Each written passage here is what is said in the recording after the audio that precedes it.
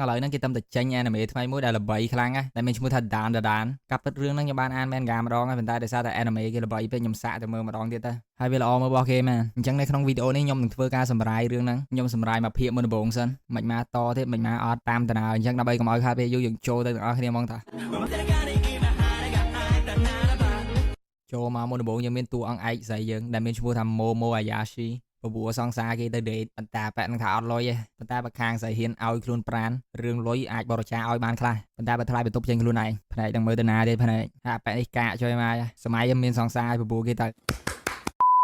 ៅហើយឲ្យខាងស្រីចេញលុយឲ្យទៀតខ្ញុំមិនដែលឃើញពីមុនមកនិយាយមែនលើកទី1ម៉ូម៉ូក៏បានលើកជើងធាក់អាប៉ែនេះភ្ញាក់ជួយមកប៉ុន្តែអាប៉ែនឹងរងតាន់ហើយក៏បានធាក់សង្សារខ្លួនឯងមួយជើងអាប៉ែនេះថោកទៀតជួយមកហើយនៅហ៊ាននិយាយថាម៉ូម៉ូអត់បានការទៀតខ្លួនឯងលុយចេញថ្លៃបន្ទប់គ្មានផងហើយមូលហេតុដែលម៉ូម៉ូយកអាប៉ែនឹងធ្វើសង្សារលើកដំបូងគឺដោយសារតែអាប៉ែនឹងមុខដូចណាគេ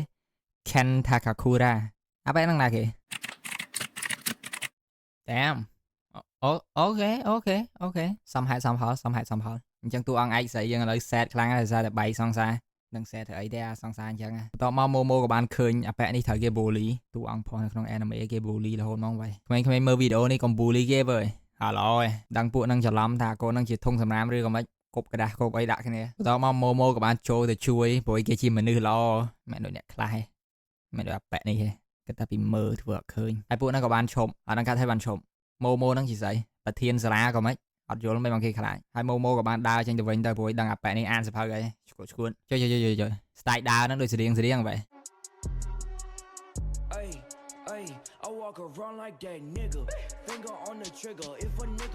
បន្តមកកូននឹងមកវិញនិយាយថាវាដឹងមូលហេតុបានជាម៉ូមកនិយាយមួយវាហើយប៉ែនឹងស្គាល់ឈ្មោះម៉ូទៀតម៉ូហ្នឹងណាគេមិនល្បីម៉េះខៃពីរអ្នកនឹងរៀនថ្នាក់ផ្សេងគ្នាអីមិនមកប៉ែនឹងស្គាល់ឈ្មោះបន្តមកវានិយាយថាម៉ូហ្នឹងដឹងតែចូលចិត្តខាងស្អីណា Alien UFO Mark Zuckerberg ស្អីហ្នឹងជាមូលហេតុដែលម៉ូបានជួយវាម៉ូក៏បានតបទៅវិញថាដឹងឯងនិយាយពីស្អីចេញមកមាត់អញហើយប៉ុណ្្នឹងឯងអាកូនហ្នឹងនៅអត់ទាន់ឈប់ទៀតនៅញាត់សភៅដាក់មុខគេម៉ូទ្រាំមកបានក៏ស្រែក deal ទៅថាដោយសារតែនិយាយពី alien porn ស្អីហ្នឹងឯងបានតែមានមិត្តភ័ក្តិមាន friend តាម online គ្មាន friend តាម Facebook គ្មាន friend តាម line គ្មានណាគេប្រើ line ទេឥឡូវហ្នឹងហើយគ្មានមិត្តភ័ក្តិនៅសាលាទៀតគាត់តែនិយាយចឹងអាកូនហ្នឹងភ្ញាក់ផ្អើលរៀងអាណិតវាដែរដោយសារតែគេ deal ថាអត់មិត្តភ័ក្តិដាក់កណ្ដាលមុខមកម៉ូខូខើនិយាយមែនប៉ុន្តែម៉ូជាបុគ្គលល្អគេដឹងកំហុសខ្លួនឯងក៏បានសុំទោសលើកសភៅលើកអីឲ្យវិញទៅហើយមើលសពុត Oh my god សិស្សជប៉ុនពាក់សពុតអញ្ចឹងងាប់អញអើយម៉ូក៏បាននិយាយថាវាអត់ជឿលើ alien លើអីទេប៉ុន្តែវាជឿលើខ្មោចអាកូនហ្នឹងក៏បានសើចដាក់បដ ாய் ថាខ្មោចមានពិតទេហើយម៉ូខឹងខ្លាំងព្រោះគេនិយាយចង់ឲ្យស៊ីជម្រៅគ្នាជាមួយនឹង topic អាកូនហ្នឹង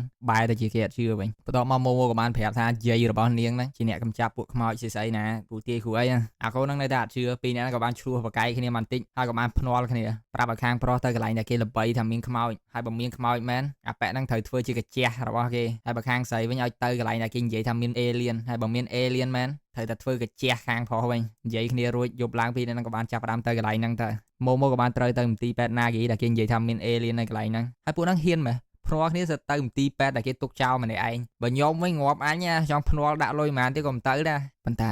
ែបើអ្នកទាំងអស់គ្នា like and subscribe ខ្ញុំប្រហែលទៅបន្តមកកូននឹងក៏បាននិយាយថាបើទៅជន់លើទៅនឹងតែ alien ចាប់ធ្វើការពិសោធន៍មកលើខ្លួនប្រាណហើយដល់ដំណាក់កាលហ្នឹងបាច់ភ័យ alien ដែរអភ័យតែមនុស្សទៅបានហើយហើយកន្លែងមកមើលខាងអាកូននេះវិញគឺវាត្រូវចូលទៅផ្លូវក្រោមដីដែលគេបានបោះបង់ចោលហើយដូចខ្ញុំនិយាយចឹងភ្នាល់គ្នាខ្លាំងមិនក៏ខ្ញុំមិនភ្លើទៅដែរទោះខាងស្រីស្អាតមិនក៏ខ្ញុំមិនទៅដែរនិយាយមែនកន្លែងចឹងហើយសឹកគេជក់គ្រឿងញៀនមិនមកឃើញអិចម៉ូនៅកន្លែងហ្នឹងទេអាប៉ែនៅពងអត់លុយចេញថ្លៃបន្ទប់ផងអាកូននឹងខ្លាចពេលចាប់ដើមច្រៀងបទចម្រៀងផងស្អីផងហើយក៏បានសួរម៉ូថាធ្លាប់ឃើញខ្មោចអត់ម៉ូក៏បានតបទៅវិញថាអត់ដែរឃើញទេប៉ុន្តែដោយសារតែយាយខ្លួនឯងជាអ្នកកម្ចាត់ខ្មោចជាអ្នកស្អីហ្នឹងម៉ូក៏ជឿលើខ្មោចទៅម៉ូក៏បាននិយាយប្រាប់ថាតាំងពីខ្លួនឯងនៅក្មេងអត់មានម៉ែឪទេដោយសារតែស្លាប់អស់ហើយគឺមានតែយាយហ្នឹងឯងជាអ្នកចិញ្ចឹមហើយដោយសារតែគ្រួសាររបស់នាងជឿលើរឿងអញ្ចឹងយាយរបស់នាងក៏បានប្រាប់ឲ្យធ្វើសញ្ញាដៃស្អីណាបាញ់ឡើងទៅលើដើម្បីឲ្យហេងប៉ុន្តែដោយសារតែអញ្ចឹងឯងបានក្មេងប្រុសនៅសាលាហ្នឹងបានសើចំអកដាក់ហើយមិនធម្មតាប៉ុណ្្នឹងឯងម្នាក់ដែលម៉ូលួចក្រាស់ហ្នឹងក៏បានសើចំអកដាក់នាងទៀតដែលធ្វើឲ្យម៉ូខឹងយាយខ្លួនឯងខ្លាំងបាននិយាយដាក់មុខយាយខ្លួនឯងហ្មងថាខ្ញុំស្អប់យាយឯងហើយខ្ញុំឈប់ធ្វើអាដៃស្អីហ្នឹងទៀតហើយយាយឯងឈួតដែលជាមូលហេតុដែលធ្វើឲ្យពីរនាក់នឹងឈប់និយាយរកគ្នាតាមតែនិយាយរកគ្នាវិញឥឡូវហ្នឹងប៉ុន្តែម៉ូក៏បាននិយាយថាខ្លួនឯងមិនបាក់ទឹកចិត្តដោយសារតែប្រុសដែលខ្លួនឯងលួចក្រាស់ហ្នឹងសើចដាក់ទេគឺសេតដោយសារតែប៉ែហ្នឹងបានសើចចំអកដាក់យាយរបស់ខ្លួនឯងព្រោះឲ្យគេស្រឡាញ់យាយរបស់គេខ្លាំង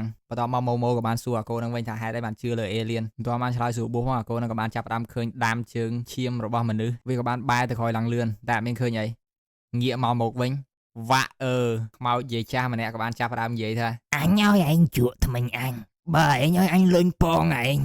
តាមនិយាយនេះហូនីហើយអាប៉ែហ្នឹងក៏បានចាប់ផ្ដើមរត់ឡើងលឿនបើខ្ញុំវិញខ្ញុំឲ្យនិយាយហ្នឹងបានប៉ុន្តែម៉ូម៉ូក៏បានស្រែប្រាប់ថាកុំឲ្យរត់ព្រោះឲ្យបើធ្វើវូក្រែនីនឹងចាប់បាននឹងទៅជាប់បដាសាហើយអាកូននឹងភ័យពេលស្ដាប់ក៏បានប្រាប់ខ្លួនឯងថាយាយនឹងមិនមែនខ្មោចទេគឺគ្រាន់តែជាយាយចាស់ម្នាក់ដែលហូនីខ្លាំងមានអីយាយនឹងក៏បានចាប់ផ្ដើមរត់ដេញតាមបណ្ដោយហើយយាយនឹងរត់លឿនខ្លាំងណាស់ The Flash មួយរំពេចភ្នែកយាយនឹងចាប់បានបាទម៉ូម៉ូភ័យខ្លាចមានរឿងអីកើតឡើងទៅលើអាកូននឹងក៏បានរកទៅជួយប៉ុន្តែក៏បានជួប3នាក់នេះឈរចាំហ្មងតួអង្គស្រីយើងក៏បានរត់ទៅផ្លូវម្ខាងទៀតប៉ុន្តែពួកនឹងរត់ដេញតាមចាប់ហែកក្អាវបណ្ដោយ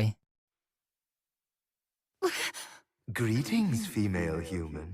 ម៉ូម៉ូក៏ត្រូវបានពួកនឹងចាប់ដាក់ខ្នោះដែលពួកនឹងបានបញ្យល់ប្រាប់ថាពួកវានឹងគឺជា Serpolian ជា alien មកពីភព Serpo ហើយប្រាប់ថាបាច់ភ័យទេពួកនឹងរុះរីរាក់តាក់ជាមួយនឹងមនុស្សទេម៉ូម៉ូក៏បាននិយាយថារុះរីរាក់តាក់បកាច់យកស្អីគ្រាន់តែឃើញមនុស្សស្រីចាប់ដើមហែកក្អាវណាក្អាវអញក្អាវរបស់ម៉ូម៉ូត្រូវបានពួកនឹងហែកឡើងខ្ទេច Serpolian ក៏បានបញ្យល់ប្រាប់ថាពួកវាគឺជាអវយវៈមួយប្រភេទដែលមានតែភេទប្រុសទេអញ្ចឹងពួកវាអាចបង្កាត់ពូជកើតទេដែលពួកវាធ្វើការបង្កាត់ពូជហ្នឹងដោយ copy paste ឬក៏ cloning ហ្នឹងដែលធ្វើឲ្យពួកវាអត់មានអារម្មណ៍ហើយអាចចេះឆ្លោះប្រកែកគ្នាអញ្ចឹងពួកវាត្រូវការប្រាប់បន្តពូជរបស់មនុស្សស្រីដើម្បីបន្តពូជពួកវាក៏បានចាប់ផ្ដើមដកចេញមកត្រៀមយកព្រំចារីហើយម៉ូម៉ូក៏បាននិយាយថាវាអត់យល់ព្រមទេវាខំបដិសេធអិចរបស់វាហើយគឺវាទុកព្រំចារីខ្លួនឯងដើម្បីឲ្យ Ken Takakuri ស្អីគេហ្នឹងអញ្ចឹងវាអត់ព្រមឲ្យ alien យកលើកដំបូងរបស់វាទេបន្ទាប់មកអា alien ហ្នឹងក៏បានប្រើស្អីគេ psychic ដើម្បីធ្វើឲ្យខ្លួនប្រាណរបស់ម៉ូម៉ូហ្នឹងឡើងកម្ដៅដើម្បីធ្វើឲ្យចូលអារម្មណ៍ចូលដឹងទេអត់ដឹងទេម៉ូម៉ូខំប្រឹងតាំងចិត្តតាំងអារម្មណ៍ខ្លាំងអាប៉ែហ្នឹងក៏បានចាប់ផ្ដើមហែកជើងហើយមកប្រដាប់ប្រហែលតែសារតែអញ្ចឹងឯងបើពួកវាអត់មានភេទស្រីពួកនឹងផុតពូជហើយបន្ទាប់មកពួកនឹងមិនទាន់បានចាប់ផ្ដើមស្រួលបួផងក៏មានគេទេមកហើយអាប៉ែនេះគឺជាសភាពបុរសក៏បានរូតខោរូតអីលើកទូរស័ព្ទហ្នឹងទៅជើងហោះចេញពីទូរស័ព្ទបានធាក់អាប៉ែហ្នឹងមកជើងឡើងប៉ើងតាមពិតទៅគឺជាអាកូនហ្នឹងសោះដែលត្រូវជាប់បដាសារបស់ Turbo Granny ហើយយាយនឹងចេញមករបស់មួយដំបូងដែលយាយនឹងរត់ទៅរកគឺប៉ងអាប៉ែនេះខំដាច់មួយរំពេចភ្នែកពីរនាក់នេះត្រូវគ្នាហ្មងយាយនេះចង់បានបដាបន្តពូជរបស់មនុស្សប្រុសហើយពួកនេះចង់បានបដាបន្តពូជរបស់មនុស្សស្រីបន្ទាប់មកអាកូននឹងក៏បានប្រាប់ម៉ូម៉ូថាវាត្រូវជាប់បដាសាហើយវាអាចគ្រប់គ្រងបានទេជួយវាផងពួក Super Lien ហ្នឹងក៏បានចេញមកវិញអត់ទោសមនុស្សប្រុសពួកយើងមិនត្រូវការពួកឯងទេបើអត់ចេញពីហ្នឹងទេយើងនឹងយកជ័យរបស់ឯងហើយវិញ្ញាណទី6ពួកនឹងដឹងបាញ់ស្អីទេដែលយើងមើលអត់ឃើញប៉ុន្តែបាញ់អត់ត្រូវទេដោយសារតែយាយនឹងរត់លឿនពេកហើយកន្លែងដែលយាយនឹងរត់មករមុនគេគឺប៉ងទៀតហើយខំបោកពេញហ្នឹងស្ទាយវាយរបស់យាយនេះគួរឲ្យខ្លាចឯងបានលួចជ័យរបស់ពួកយើងឯងគឺជាចោរលួចជ័យអាប៉ែហ្នឹងក៏បានធ្វើដៃដូច Ultraman បាញ់ទៅប៉ើងយាយហ្នឹងពួកយើងអាចជួយមនុស្សណាដែលខុសខើទៅថ្នាក់ឯងទេឯងត្រូវតែបរិច្ចាគជ័យរបស់ឯងឲ្យមកយើងអាកូននឹងនិយាយថាយកស្អីយកទៅព្រោះអីរាល់ដងវាតែងតែចង់ជួប alien ព្រោះអីវាគិតថាមានតែ alien ទេដែលសុខចិត្តធ្វើជាមិត្តភក្តិរបស់វាតាំងពីក្មេងមកអត់មានតែគេរាប់វាសោះមានតែម៉ូម៉ូម្នាក់គត់ដែលបាននិយាយរកវាអញ្ចឹងវាថាសុខចិត្តខ្លាចទៅជាបិសាចដើម្បីជួយម៉ូម៉ូហើយអាប៉ែនឹងសាហាវមែនណាតាំងពីកើតមកអត់មានតែគេរាប់សោះដល់ថ្នាក់បែកកំណត់សុំ alien ធ្វើពួកម៉ាក់